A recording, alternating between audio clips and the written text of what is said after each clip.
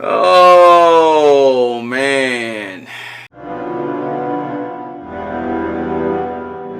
Anonymous.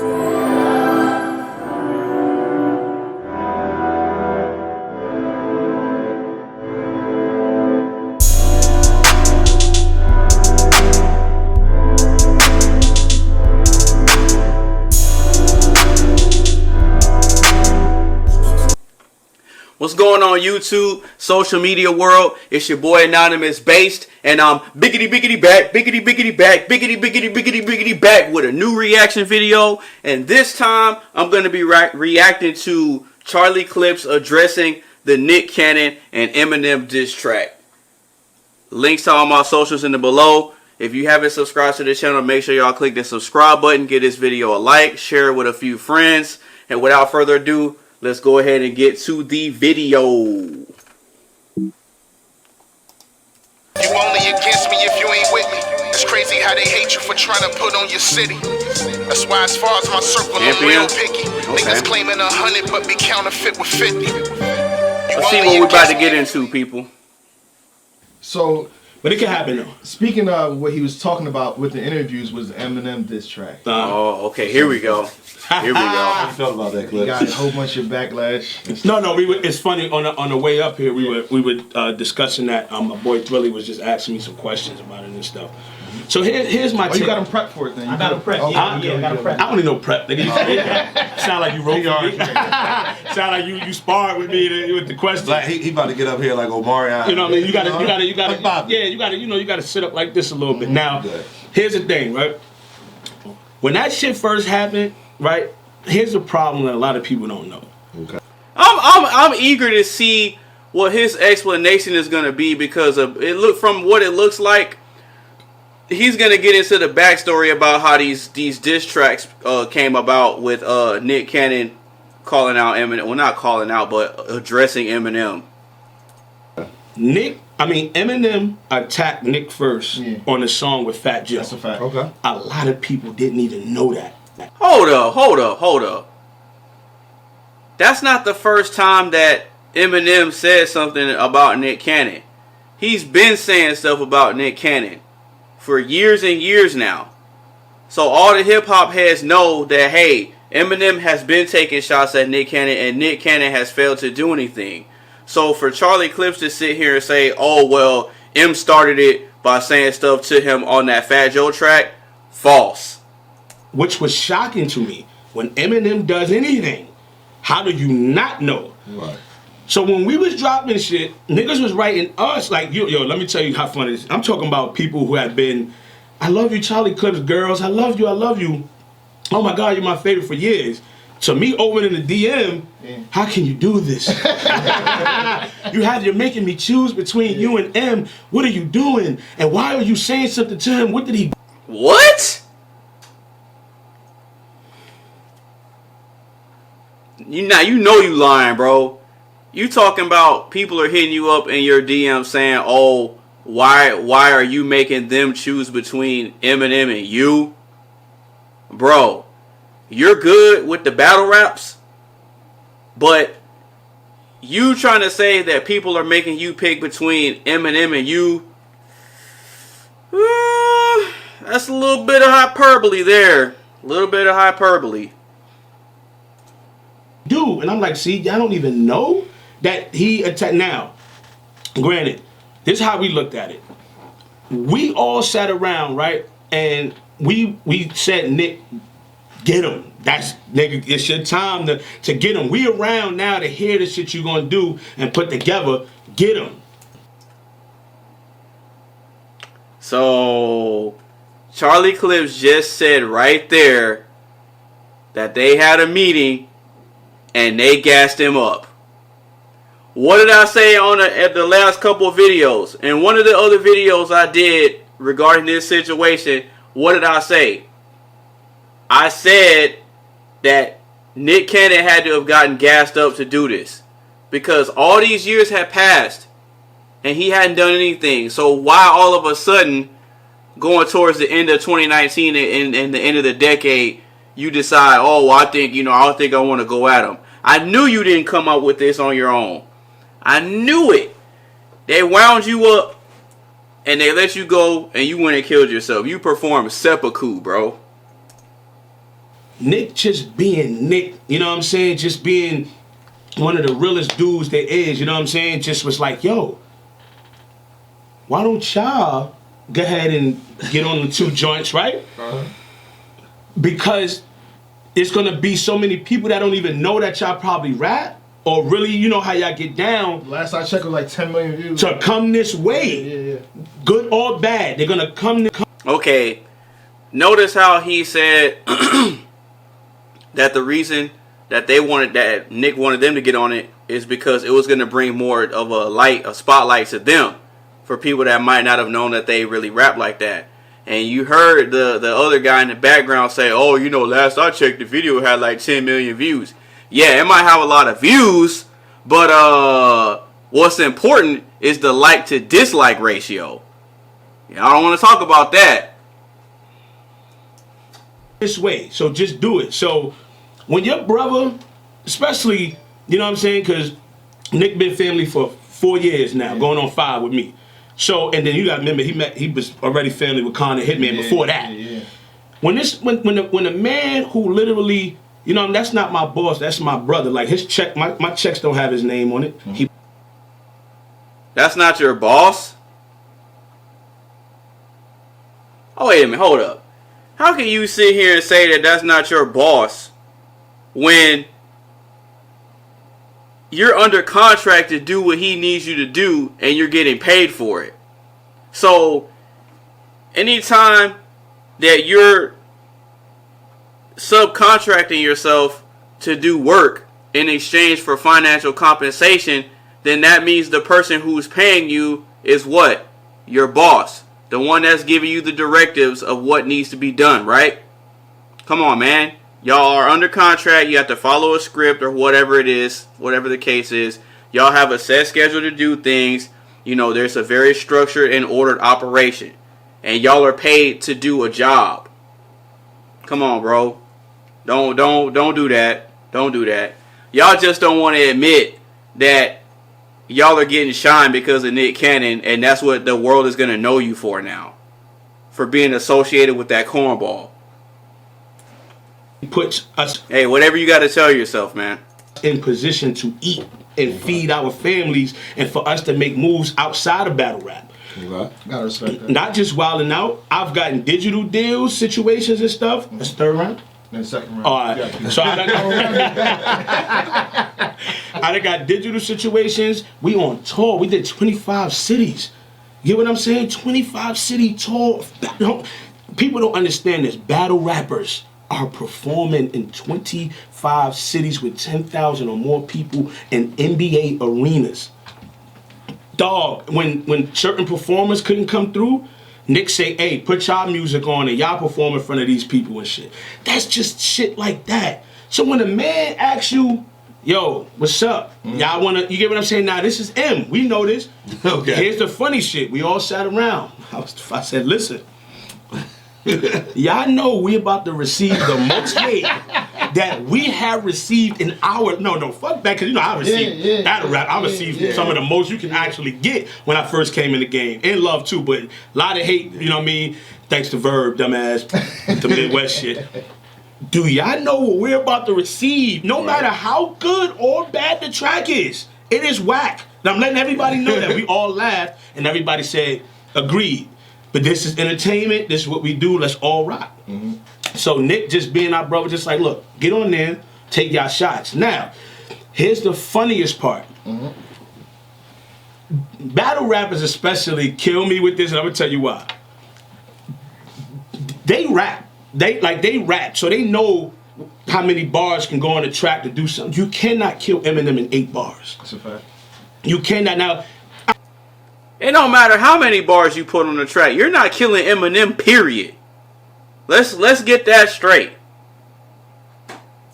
I'm not saying that. I'm not trying to say like, oh, you know, that's why you didn't like the song. That's not what I'm saying. What I'm saying is, niggas like, oh, y'all going against M. Y'all supposed to go crazy. You are right about that. But we're Okay, so why didn't y'all?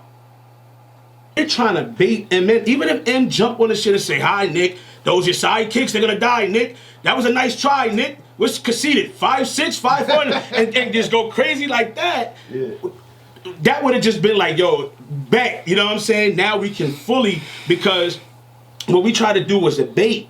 You know what I'm saying, with Nick. It was like bait. Like, Nick had his own joint waiting for him. Mm-hmm. He had it in the stash. It was like, yo, let's all just throw some shit. He just said that Nick had something waiting in the stash for Eminem just in case they took the quote-unquote bait and gave them the green light to just go in on him. My question is, what could you possibly have in the stash for Eminem? Like, why? How is it that you got a track waiting in the cut for Eminem, but you only dropped 2 albums, bro? You got your self-titled album, which is your first one. And then you drop some album in 2014 or 2015 called White People Party Music or something lame like that. What? And the gap between those 2 projects is like either your first album came out in 03 or 04, and then the second album came out in like 2014 or 2015. So with that window of time, 9 to 10 year window of time, maybe even 11-year window of time, where was the tracks that you could have had to put out albums with and potentially get nominated and or win a Grammy with? I'm not buying that, bro. I'm not buying that. And I see what's happening. Y'all orchestrated this plan to try to get Eminem, right? It didn't work. Let's get that clear. It didn't work.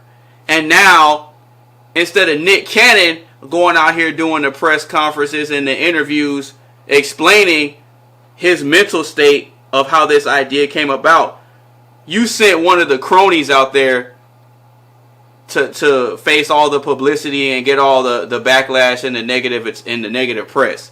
Wow. So not only did you not man up years ago and address the issues that y'all had, you got your homeboys to help you. It flopped 3 times. 3 flops. Right? And then, rather than you just facing the defeat head on and just coming out and saying, you know what, yeah, you know, I did this and that, whoop-de-whoop-de-whoop, you sent them to go out there and explain it for you. Wow, you a coward, bro. You a coward, bro. Straight up. Oh, man. At him, just throw some shit at him and see if he respond. It didn't go that well. He did, because he responded on He Twitter. said it didn't go that well. Or whatever the case may be. Which let us know, you heard it, you know what's going on, or whatever the case may be. And M is a battle head. M knows everybody in battle rap. You get what I'm saying? The big names. And probably some of the up and coming niggas. He's a battle dude. So then why would y'all even go at him like that? That situation was funny to me because I looked at it and said, okay, cool. If everybody feel the tracks are whack, whatever, we spit 8 bars, and on the next track we spit 16. That's 24 bars total. You can't get rid of Eminem in 24 bars within 2 tracks. We're not trying to get rid of him. We're trying to bait him in and then hit him with, you know what I'm saying, some crazy shit, but let Nick go at him by himself now. Yeah. We waiting for everybody else. The monsters around him. Man, y'all fell back and let Nick go at it by himself because the second attempt was a failure. Like, y'all should have aborted that mission. Like, when y'all had the briefing and they told y'all what y'all was gonna do, y'all should have just said, man, abort mission. We gonna die out there in the battlefield. We not gonna make it. It don't matter how many guns and weapons we have. It doesn't matter what our loadout has. We gonna die out here in this battlefield. But no. Y'all just kept putting your foot on the gas. Y'all just kept revving the engine up, and then y'all crashed, and now y'all jumped out the car and left him in the car by himself with his face busted open with the airbag. Wow. It's a dirty, dirty game out here. That's when you're going to hear us get busy. We waiting for the monsters around him. I was just waiting for that because now we can't He got play. some monsters around him. Yeah, I salute them niggas. Jordan Lucas. Some niggas, yeah. But here's the thing. Nick got monsters around him too. And it was just so crazy. Who? Who? Who? Who? Who does Nick have around him that would be considered monsters musically? If y'all know anybody that's quote unquote in Nick's corner that's a monster as far as like lyrical ability goes in the rap circuit, write their names in the comment section. Cause this guy, I don't know. You're going out here trying to explain this situation and it just sounds crazy, bro. It sounds crazy. We didn't get a chance to display that because we was waiting. And Joyner wrote Nick, yo, Nick, keep trying to jump my bro. Yeah. And I was waiting, like, please. You know what I'm saying? One of y'all say something.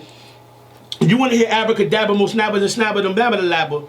You would have heard it like a motherfucker, you know what I'm saying? So my thing was, we was trying to get them.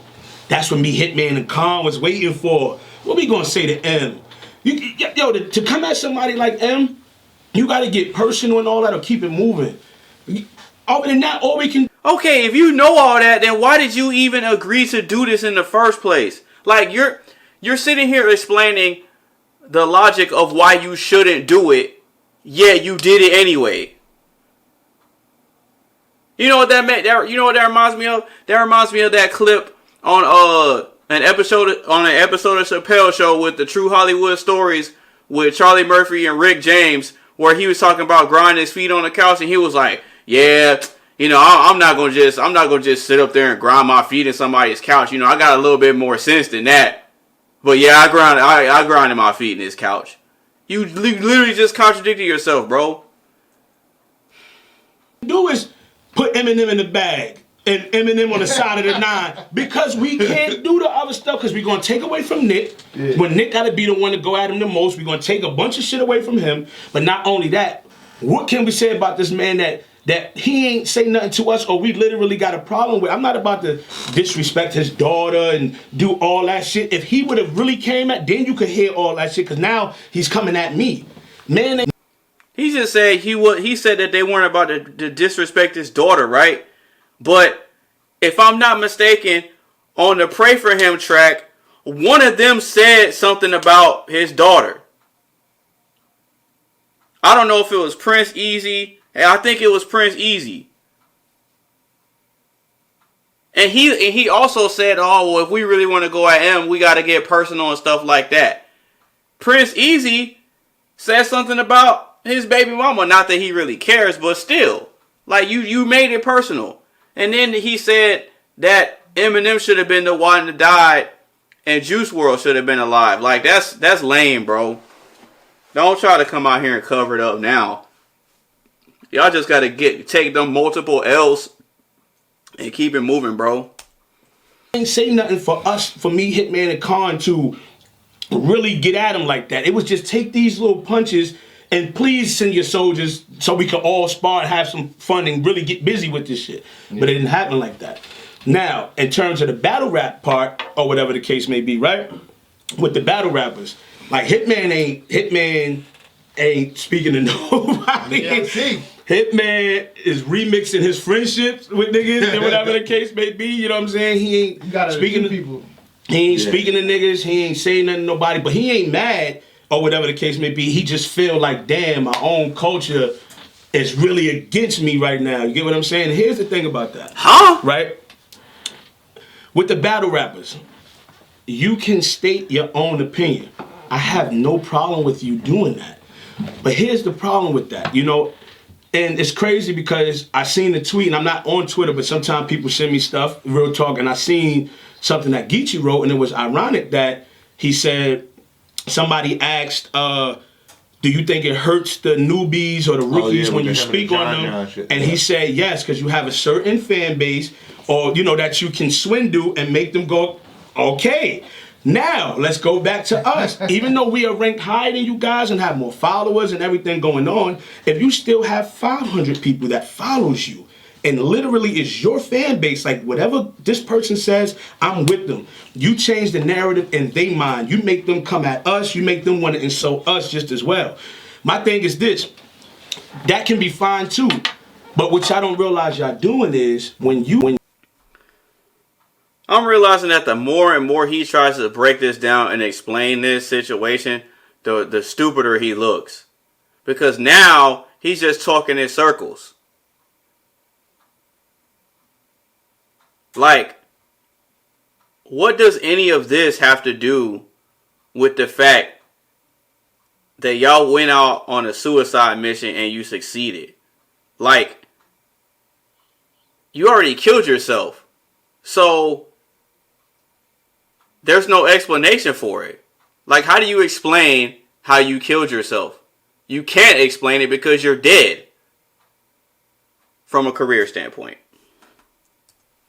you go up there and say like, oh, this shit trash, this shit ass, this shit whack, this shit garbage, nobody's critiquing it like, look, damn, you know what I mean? You know. Once upon a time, I in gotta a watch forest, ads. There was Rudy, Man, this is trash, bro.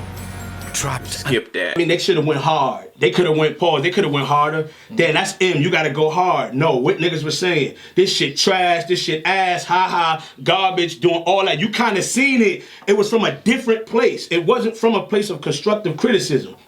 Niggas was. I think that was constructive criticism. That was constructive criticism.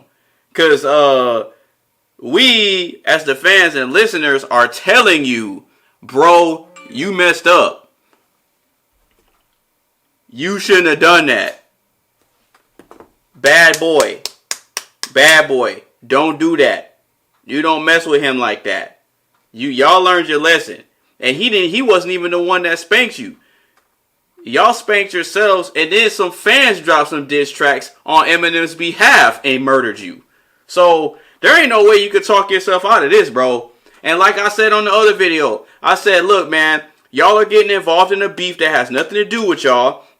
And I said, what's going to end up happening is y'all are going to ruin yourselves. And whatever happens to you after that, that's on y'all. I literally said that a couple videos ago. And look at how it's playing out. Everything I said is coming to fruition. It's crazy, man. In the game who show love, don't say nothing about nobody, come at nobody. I've helped niggas tremendously in battle rap, but I'm still not even mad because I call it getting high, and we all have gotten high before. I remember when Drake and Meek was going at it, and I remember me vividly tweeting like, come on, Meek, fight back. Meek, do this. Meek, do that. Come on, Meek, because I bump Meek every morning. You know what I'm saying? Like, whether it was on the highway, whether it was in the gym, you know what I'm saying? Wherever it was at, I bumped Meek every morning. So, and Drake, I bumped so it was kind of like these were two niggas in the game that I just was like, oh, as a fan of just battle rap, just go at it. And when Meek wasn't kind of going back at him, I just was like, come on. But you know what I thought about? I said, I have an audience. I have a fan base just as well. You know what I mean? Whether it could be 100, 100,000, don't matter. I have people that listen to me and follow me. Mm-hmm. I shouldn't even be tweeting anything to Meek that, you know what I mean, that kind of takes away from him making the moves that he wants to make. You know what this is? You know how you always like everybody always has that one friend, or like there's always a group of people that got that one friend that always got some crazy story that they got to share about some ridiculous event that took place. But you know this, everybody in the group knows that this person lies a lot. And so they always show up with these crazy stories. And at this point, you know they're lying. But instead of calling them out on it and telling them, hey man, you lying, bro. You know how you just fall back and let them see how far they're gonna go with it, and then you're just agreeing to everything they're saying, like, oh wow, for real? Oh man, that really happened? Oh man, that's messed up, bro. Like, man, I can't believe you let them do you like that. You know how you just play along with it, but you know they lying? That's what's going on right now. You lying, bro. You lying through your teeth. And these two guys that are sitting there during the interview, they're like, oh wow, really? Oh, okay. We didn't know that. I should just tweet, can't wait to hear that Meek diss. And I'm pretty sure everybody else that's watching this is thinking the exact same thing, bro. We know you lying. Leave it. Because we're not just ordinary people no more. We're not. You're not. You're not. Right. You're not. When you go up here and you say something, I'm somebody. 100,000, nigga, 100,000 people think so. Some of the subscribers you got, motherfucker, they think so. So what I'm saying, about 4 of them 100,000 with you. Wow, look at their faces. They're like, man. But it's 4. It's good for. Oh, it's 5. Okay. Like, get to what we want to know. He's good. They hate him, but that's a good. See, that's a good hate. So. My thing is, with that situation, because I'm going to get off it, just wanted to break everything down. We had fun. I didn't lose no followers. I gained followers. Nigga wrote me. I posted a picture with my girl, my stepdaughter, for the holidays. This dude doing the Soulja Boy challenge right now. That's what I'm realizing. Charlie Clips is doing the Soulja Boy challenge at the end of 2019, bro. Wow. This is crazy. This man doing the Soulja Boy challenge. This nigga wrote me and said, yo, Clips, why you look like that? You must know Eminem about to drop the greatest diss record of all time. Stay underground. Nigga told me to stay underground. Don't go mainstream. But my thing is, how can I ever be mad at that? Right. You're following me, writing me on picture that don't got nothing to do with nothing. So I got your attention. Mm-hmm. How am I going to change that into how I'm going to make you become a fan some way, somehow? I got to drop shit. I got to do stuff now that we got the attention. So that Eminem situation ain't hurt nobody at all. Really, when you really think about it. It didn't hurt. It didn't hurt nobody. What? It didn't hurt nobody. Man. Yo, you're delusional, bruh. This is almost like a bad case of narcissism where the person is clearly in the wrong, right? But then you come out and say, "Oh, it's everybody else's fault. That's not mine. You know, I'm not the one you can't blame me. You know, I didn't have nothing to do with that. It was everybody else. You know, I was just here. You know, it wasn't my idea." You know how narcissistic people do. They can never take accountability for the things that they say and do. And that's exactly what's going on here. You saying that y'all going at Eminem and failing didn't hurt y'all? Come on, bro. I know y'all lying. We gonna see what's gonna happen with this new season of Wild 'N Out that's about to drop. Let's see what happens with that, and that'll tell us whether y'all got hurt or not. Because it's easy for y'all to sit on camera and lie, saying that, oh well, you know, it wasn't that bad. You know, it wasn't that bad, and try to minimize and downplay the situation. No, y'all bodied yourselves, bro. I mean, there really ain't no way around it. Like, bro, just own it. Just say, man, you know what? We tried, we failed. You know, it didn't really work out, but hey, you know, it was fun while it lasted. You know, people would have more respect if you were being real about it and saying, you know what, it wasn't really the best idea now that I'm looking back on it, but hey, you know, we were just in the moment, we were hyped up, and you know, we felt good about it in that moment. People respect stuff like that because everybody goes through situations where they might feel good about a decision and not be thinking ahead about the consequences later of doing something until you do it, and then you experience the consequence, and then you're like, man, that probably wasn't the best idea, and then you learn from it, and then you move on. But what he's saying is that, well, it didn't really hurt me, so I guess I didn't learn anything from it. You could say it stung for a couple of days just because everybody was saying what they were saying. I thought it didn't affect y'all. It didn't do nothing. The Nick, at least. Yeah, but they don't expect Nick to get busy on wax anyway. That's true. So it didn't hurt him. Nick just got more deals right after that. He just got a new deal for a show. Oh, my brother is that shit ain't do nothing. That shit was literally fun. We all Really?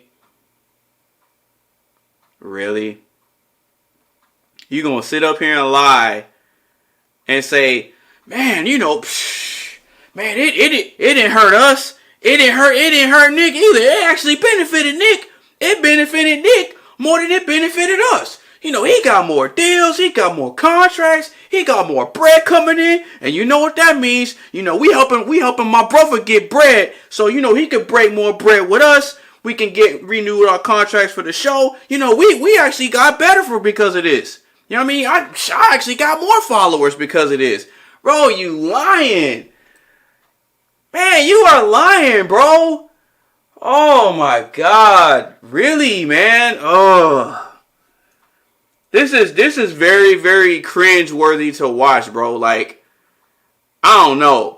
And I can tell he's uncomfortable too. Like, look at how he shifts around in the chair and stuff. We all laughing, we all keeping it moving, we all doing what we do. So that situation ain't hurt nobody. You know, I just look at it like battle rappers.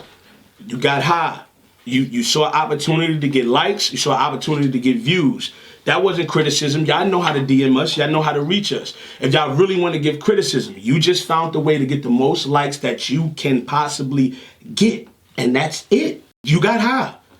I told Calico, I seen Calico post something, and that's my dog, and I told him, I said, you got high? He said, nah, I sniffed a little, I sniffed a little Instagram, I got high, but I said, okay, but just keep it 100. You seen a situation, you wanted to post something for a second, and you got high off the situation. And he was like, yeah, I did, real niggas. So, you know what I mean? But my thing is, brotherhood. My thing is. Oh, I want to talk about this. No, we can't talk about that. No, not yet. Yeah. Oh, I've been hearing it all the time. Go ahead. Brotherhood. Man. You know what I'm saying? So, it's just, that was the situation with that. We had fun, man. I gained followers. I ain't lose nothing. I got some crazy shit about to drop.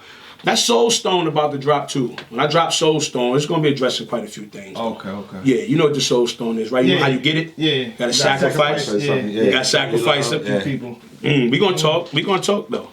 Well, damn. Didn't know you doing the hook? No, I'm straight. It's the Soul Stone. You dress so much. I mean, I feel like bringing this name up now. It's not even that big of a deal. Bring it up still. I think Endius, was it one of your rounds against Matt Hoff? You brought Cassie's name.